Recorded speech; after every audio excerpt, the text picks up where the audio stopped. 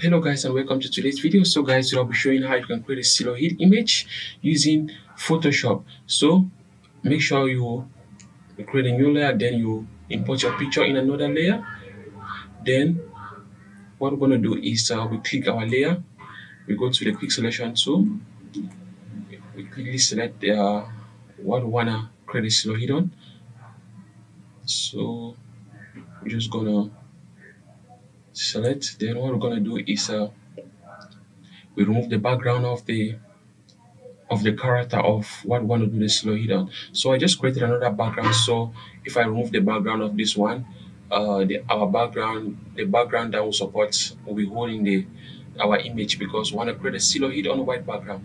So we're just going to mark the layer. So if I come here and hide this, you see our image is without the background. So we come back, we on the background, then we go to the FX layer, we go to color overlay, and as you can see, since our initial color was black, uh, you can see we have a slowly image already.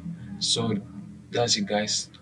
That's how to you can create a slowed image using Photoshop. So if you do find this tutorial helpful, make sure you do subscribe to the channel and hit the notification bell so you don't miss upcoming videos, tips and tricks on Photoshop and Adobe Premiere Pro.